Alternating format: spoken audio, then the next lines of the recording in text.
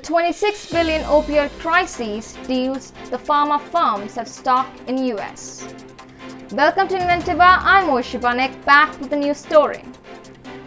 Three of America's biggest drug distributors and one manufacturer on Wednesday agreed with a group of state attorneys general to reach a settlement worth $26 billion for their alleged role in fueling the country's deadly opioid epidemic, which has killed lakhs of people over the decades.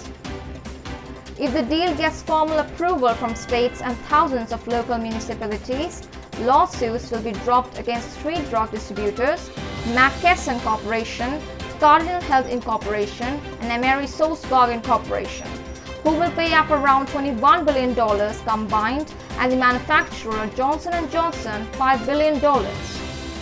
The framework under this settlement will allow billions of dollars to start flowing directly into communities to bear the steep cost of addiction treatment, family support, education, and other social programs. America's opioid crisis. The US is currently going through an opioid overdose epidemic, with over 130 people dying each day from opioid-related drug overdoses. The misuse and addiction to opioids, including prescription pain relievers, heroin, and synthetic opioids such as fentanyl, has caused a national health crisis that has affected public health as well as economic and social welfare, according to the National Drug Institute (NIDU).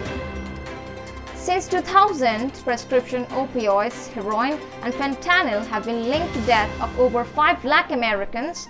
In 2017, an estimated 1.7 million people suffered from substance use disorders related to prescription opioid pain relievers, and 652,000 suffered from heroin use disorder, according to NIDU.